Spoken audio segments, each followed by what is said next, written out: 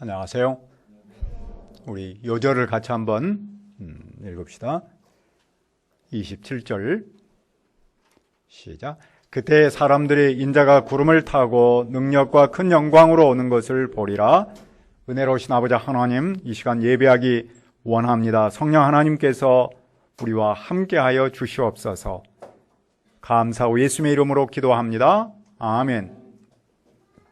최근 지구촌의 팬데믹, 전염병, 기상이병으로 인한 홍수와 태풍, 또 러시아와 우크라이나의 전쟁, 그리고 심각한 경제 위기 등은 사람의 마음을 짓눌러 염려하도록 합니다. 그러면 이런 현실에서 사는 우리의 렌즈는 어떤 렌즈로 시대를 바라봐야 할 것이며 또 우리는 어떻게 살아야 합니까? 첫째, 성전의 무너짐. 5절을 보십시오. 어떤 사람들이 성전을 가리켜 그 아름다운 돌과 헌물로 꾸민 것을 말하며 예수께서 이르시되, 어떤 사람들은 제자 몇 사람을 말합니다. 성전은 예루살렘 성전을 말합니다. 예루살렘 첫 번째 성전은 솔로몬이 지었는데 그 성전을 솔로몬 성전 또는 제1성전이라고 부릅니다. 그런데 주전 586년 바벨론이 예루살렘을 쳐들어와서 그 성전을 허물었습니다. 이스라엘은 바벨론 포로로 끌려갔고 약 70년 동안 포로로 살았죠. 그 후에 스룹바벨이 성전을 다시 지었는데 그 성전을 스룹바벨 성전 또는 제2성전으로 부릅니다. 예수님 당시 헤롯은 민심을 사기 위해서 제2성전을 증축했습니다. 성전은 옛 예루살렘의 거의 6분의 1 수준에 이르렀고 아주 다양한 건물이 있는 복합 건물로 이름을 날렸습니다. 제자들은 아름다운 돌과 헌물로 꾸민 성전을 보았습니다. 아름다운 돌은 대리석을 말하고 헌물은 성전에 개인적으로 바친 물품들을 말합니다. 헤롯은 금으로 만든 포도나무를 바쳤는데 사람 키에 이르렀습니다. 제자들은 그 웅장한 성전이 무너지지 않을 줄로 생각했습니다. 특히 성전은 하나님의 집이기에 영원할 줄로 믿었습니다. 그런데 예수님은 무엇을 말씀하셨습니까? 6절입니다. 너희 보는 이것들이 날이 이르면 돌 하나도 돌 위에 남지 않고 다 무너뜨려지리라. 예수님은 제자들이 보고 있는 그 아름다운 성전이 날이 이르면 돌 하나도 돌 위에 남지 않고 다 무너진다고 하셨습니다. 그들은 예수님께 무엇을 물었습니까? 그들은 어느 때와 무슨 징조에 관해 물었습니다. 예수님은 무엇을 대답하셨습니까? 8절을 보십시오. 이르시되 미혹을 받지 않도록 주의하라. 많은 사람이 내 이름으로 와서 이르되 내가 그라하며 때가 가까이 왔다 하겠으나 그들을 따르지 말라. 예수님은 어느 때보다도 무슨 징조를 먼저 말씀하셨습니다. 그 첫 번째 징조는 무엇입니까? 많은 사람이 예수님의 이름으로 와서 내가 그리스도다라고 말하는 겁니다. 당시에는 예수님이 승천하신 후에 금방 오실 것으로 생각했습니다. 그런 기대를 이용하여 사람들을 유혹했습니다. 하지만 제자들은 그런 말에 미혹을 받지 않도록 주의해야 합니다. 두 번째 징조는 무엇입니까? 난리와 소요의 소문이 있습니다. 그럴지라도 제자들은 두려워하지 말아야 합니다. 왜냐하면 그 일이 먼저 있어야 하지만 끝은 아직 아니기 때문입니다. 세 번째 징조는 무엇입니까? 한 민족이 일어나 딴 민족을 치고 한 나라가 일어나 딴 나라를 칩니다. 곳곳에 큰 지진과 기근과 전염병이 있습니다. 그리고 하늘로부터 큰 징조들이 있습니다. 사람이 예측할 수 없는 자연재해가 일어납니다. 그런데 그 모든 일보다도 먼저 제자들이 정치적으로 박해를 당하고 회당과 옥에 갇히고 왕과 집권자 앞에 끌려갑니다. 그들은 유대인과 종교적으로 충돌을 하고 세상 왕과 정치적으로 충돌합니다. 왜냐하면 그들의 삶은 기존 종교와 정치 세력에 도전하기 때문입니다. 예수님을 믿음은 유대교와의 결별을 의미하고 로마 황제를 왕으로 삼지 않음을 뜻하기 때문입니다. 하지만 그때 제자들은 예수님을 증언할 기회를 얻습니다. 그러므로 제자들은 변명할 말을 미리 공개하지 않도록 명심해야 합니다. 명심한다는 말은 잊지 않도록 마음에 새긴다라는 뜻이죠. 성령님께서 모든 대적이 대항하거나 반대하여 말할 수 없는 최고의 입과 지혜를 주시니 그들은 미리 고민할 필요가 없습니다. 네 번째 징조는 무엇입니까? 16절입니다. 심지어 부모와 형제와 친척과 보시 너희를 넘겨주어 너희 중에 몇을 죽이게 하겠고, 제자들은 사람으로서 가장 아프고 힘든 일을 겪습니다. 왜냐하면 가족과 친척 그리고 친구에게 미움을 받기 때문입니다. 사람들은 예수님을 미워해서 그 제자들도 미워합니다. 그런데도 그들은 머리털 하나도 상하지 않습니다. 왜냐하면 성령님께서 그들을 완벽하게 보호하시기 때문입니다. 그러므로 그들은 어떻게 해야 합니까? 19절을 읽읍시다. 시작. 너희의 인내로 너희 영혼을 얻으리라. 제자들은 인내하여 영혼을 얻어야 합니다. 인내는 믿음이 있을 때만이 가능합니다. 예수님께서 그들을 도와주신다라는 믿음이 있을 때 그들은 인내할 수 있습니다. 인내하면 구원을 얻습니다. 시련을 통해서 참 그리스도인과 가짜 그리스도인이 가려지죠. 다섯 번째 징조는 무엇입니까? 20절입니다. 너희가 예루살렘이 군대들에게 에워싸이는 것을 보거든 그 멸망이 가까운 줄을 알라. 군대는 로마 군대입니다. 제자들은 로마 군대가 예루살렘을 쳐들어와 포위하면 멸망이 가까운 줄 알아야 합니다. 그때 유대에 있는 사람은 산으로 도망가야 합니다. 성내에 있는 사람은 나가야 하고 촌에 있는 사람은 성으로 들어오지 말아야 합니다. 왜냐하면 예루살렘 성이 무너지기 때문입니다. 왜 예루살렘이 망합니까? 22절을 보십시오. 이 날들은 기록된 모든 것을 이루는 징벌의 날이니라. 기록된 모든 것이란 구약 성경에서 말하는 예루살렘 멸망에 관한 내용입니다. 예루살렘은 말씀의 근거에서 징벌을 받습니다. 그러므로 징벌의 날이란 말씀의 근거에서 심판을 받는 날입니다. 예수님도 예루살렘 멸망에 관해서 말씀하셨습니다. 왜냐하면 그들이 죄를 지었기 때문입니다. 그 죄는 예수님을 믿지 않음을 말합니다. 하나님이 계시는 도성이고 하나님이 사랑하는 백성이 있는 곳일지라도 예수님을 믿지 않으면 심판을 받습니다. 로마 황제 베스파니아누스의 아들인 티토스라고 부르죠. 디도 장군이 주후 70년 예루살렘 성전을 공격하여 무너뜨렸습니다. 하나님은 예수님을 믿지 않은 예루살렘의 죄를 로마를 통해서 심판하셨습니다. 하나님은 말씀대로 죄를 반드시 심판하십니다. 그 심판은 얼마나 끔찍합니까? 그날에는 아이벤 자들과 젖먹이는 엄마들에게 화가 있습니다. 그들은 아이를 보호하느라 빨리 산으로 피하지 못하기 때문입니다. 그들은 칼날에 쓰러지고 포로에 잡혀갑니다. 그런데 그 심판은 언제까지 계속됩니까? 24절을 보십시오.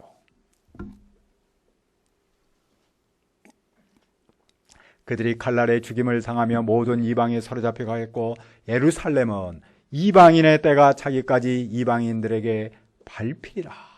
이방인의 때가 차기까지란 말은 이방 사람의 수가 찰 때까지, 즉 이방 사람이 예수를 믿어서 구원받을 때까지라는 뜻입니다. 예루살렘은 이방인이 복음을 영접할 때까지 이방의 통치를 받습니다. 그리고 이방인이 복음을 영접하면 그 통치가 끝납니다. 예루살렘이 심판받는 동안 하나님은 이방인에게 복음을 전하셔서 그들을 구원하십니다. 유대인의 위기는 이방인에게는 구원받는 기회입니다. 그 후에는 무슨 일이 일어납니까? 둘째, 인자의 다시 오심. 예수님은 예루살렘 멸망을 말씀하신 후에 세상의 종말에 관해 말씀하십니다. 세상 종말의 징조는 무엇입니까? 25절을 보십시오. 1월 성신에는 징조가 있겠고 땅에서는 민족들이 바다와 파도의 성난 소리로 인하여 혼란한 중에 곤고하리라. 1월 성신은 해, 달, 별들을 말합니다. 해, 달, 별들의 징조가 있다라는 말은 천체에 이상현상이 일어남을 뜻합니다. 구약에서는 해가 어두워지고 달과 별이 빛을 발하지 않는 현상을 하나님의 백성에게 임할 심판의 날을 묘사할 때 사용했습니다. 민족은 바다와 파도의 성난 소리 때문에 어쩔 줄을 몰라서 괴로워할 겁니다. 그동안 우주는 인간의 타락으로 함께 고통받았습니다.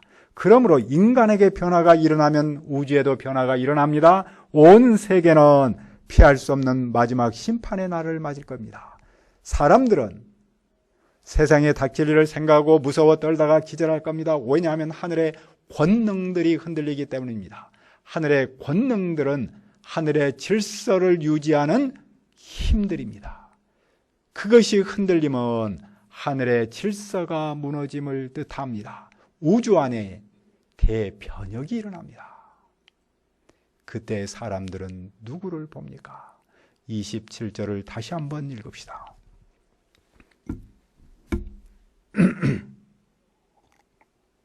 시작. 그때 사람들이 인자가 구름을 타고 능력과 큰 영광으로 오는 것을 보리라. 인자는 사람의 아들인데 예수님을 뜻합니다. 구름은 하나님의 오심을 상징했습니다. 예수님은 십자가에서 죽으시고 다시 살아나신 후에 하나님 나라로 올라가셨습니다. 그때 구름이 그분을 가렸습니다. 예수님은 다시 오실 때 하늘로 가심을 본 그대로 오십니다. 예수님이 예루살렘으로 들어오실 때는 나귀 새끼를 타셨습니다. 그것은 예수님이 주님의 이름으로 오시는 왕이시라는 사실을 드러냈습니다. 예수님이 다시 오실 때 구름을 타시면 하나님으로서의 정체성을 나타내는 겁니다.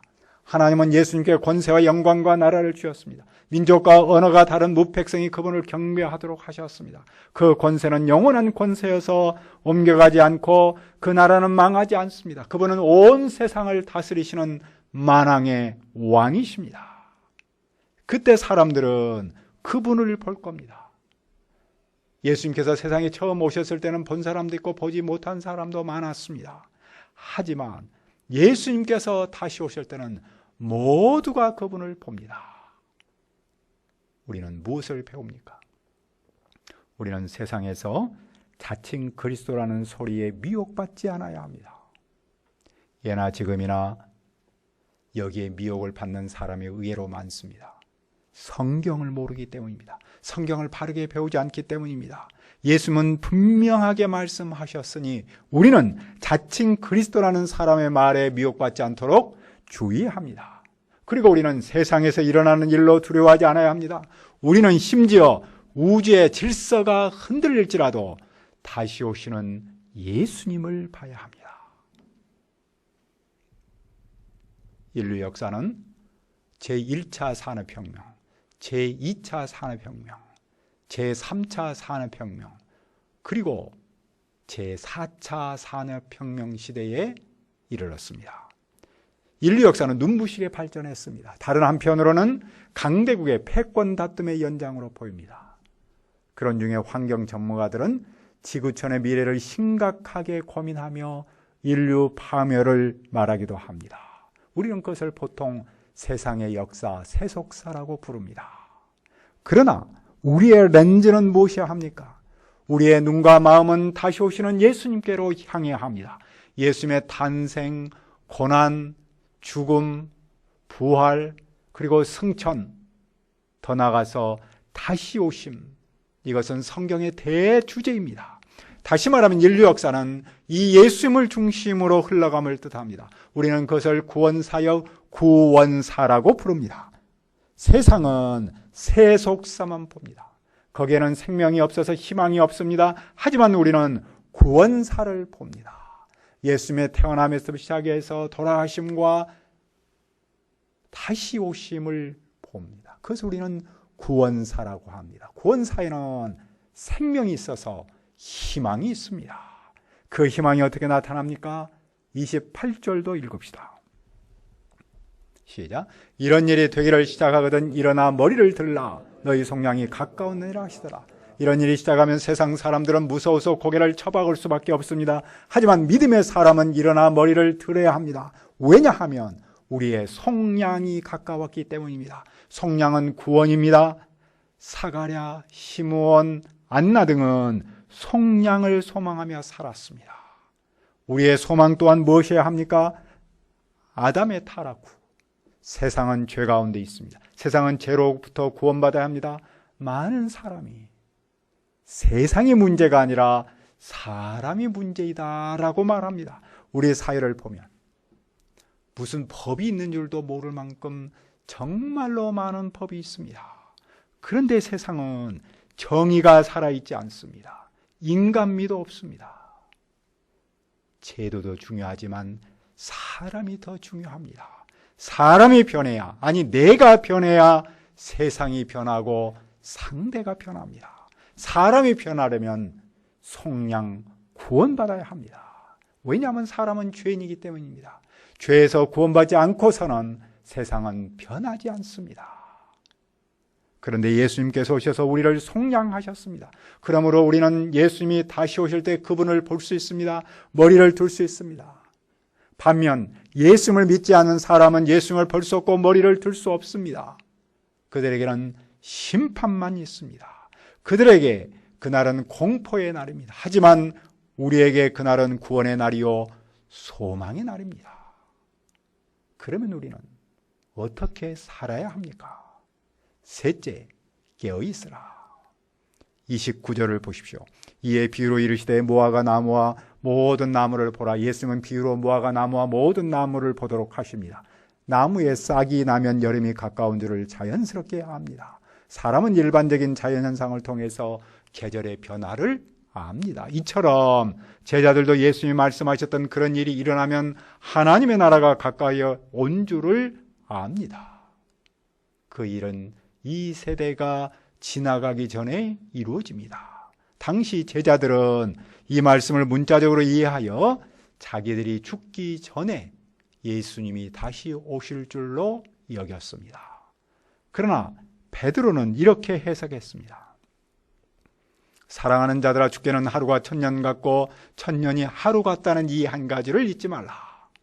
주의 약속은 어떤 이들이 더디다고 생각하는 것 같이 더딘 것이 아니라 오직 주께서는 너희를 대하여 오래 참으사 아무도 멸망하지 않고 다 회개하기를 원하시느니라.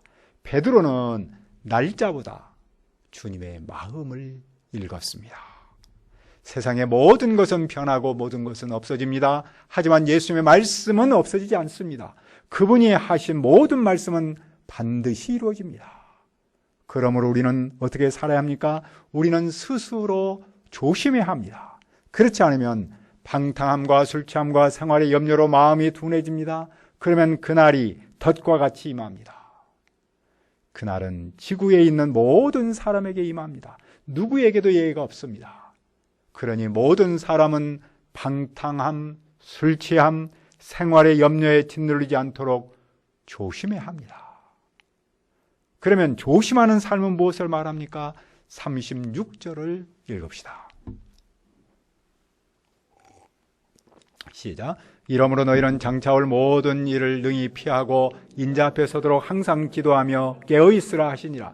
조심하는 사람은 방탕함, 술 취함, 생활의 염려를 피하고 인자 앞에 서도록 기도하며 깨어있는 겁니다. 깨어있는 삶은 무엇을 말합니까? 37절입니다. 예수께서 낮에는 성전에서 가르치시고 밤에는 나가 감람원이라 하는 산에서 쉬시니. 예수님은 성전에서 가르치십니다. 백성은 그 말씀을 들으려고 일찍 일어납니다. 말씀이 있으면 백성은 이른 아침이라도 찾아오지요. 이 말씀에서 볼 때 깨어있음은 말씀을 가르치고 배우는 삶입니다. 생활의 염려로 마음이 둔해지지 않으려면 말씀을 가르치고 배우는 일에 힘써야 합니다. 말씀을 배우고 가르치는 일은 어디에서 일어납니까? 바로 성전입니다. 그런데 제자들이 보았던 아름다운 건물 성전은 무너집니다. 그렇다고 해서 성전 자체가 무너지는 그것은 아닙니다. 성전의 기능이 바뀝니다. 희생 제사를 지냈던 건물 성전은 사라지고 말씀을 가르치는 성전 시대가 왔습니다. 우리는 그것을 교회라고 부릅니다. 교회는 말씀을 가르치고 배우는 곳입니다. 다시 오실 예수님을 바라보고 속량을 소망하는 사람은 깨어 있어야 합니다. 깨어 있으면 바로 말씀을 가르치고 배우는 일에 참여하는 겁니다. 지난주에 우리 종 목사님은 대학생 몇몇을 초청해서 무슨 컴퓨터 언어를 가르쳤습니다. 일종의 재능 기부를 한 거죠. 재능 기부를 통해서 접촉점을 찾고 성경 공부로 연결하라는 작은 몸부림이었겠죠. 이것이 깨어있는 삶의 모습이라고 생각합니다. 오늘 우리는 이 세상을 어떤 렌즈로 보고 어떻게 살아야 합니까? 세상은 영원하지 않습니다. 세상 역사의 흐름은 겉모습이 아닌 속모습, 즉 세속사가 아닌 구속사로 흘러갑니다. 세상 역사는 다시 오시는 예수님을 향해서 나아갑니다. 그 예수님을 믿지 않는 사람은 심판을 받습니다. 하지만 우리는 다시 오시는 그분을 바라봅니다. 그리고 깨어있는 삶, 말씀을 가르치고 배우는 삶을 살 수 있습니다. 성령 하나님께서 우리의 이 길을 축복해 주시기를 기도합니다. 은혜로우신 아버지 하나님, 다시 오시는 예수님을 바라봅니다. 이 세상의 모든 역사는 그분을 향해서 나아가는 줄 믿습니다. 우리가 그분을 바라보고 그분을 위해서 머리를 들고 더 나아가 깨어있는 삶을 살도록 도와 주시옵소서. 우리가 가는 이 길을 성령님께서 함께 하시고 축복하여 주시옵소서. 예수님의 이름으로 기도합니다. 아멘.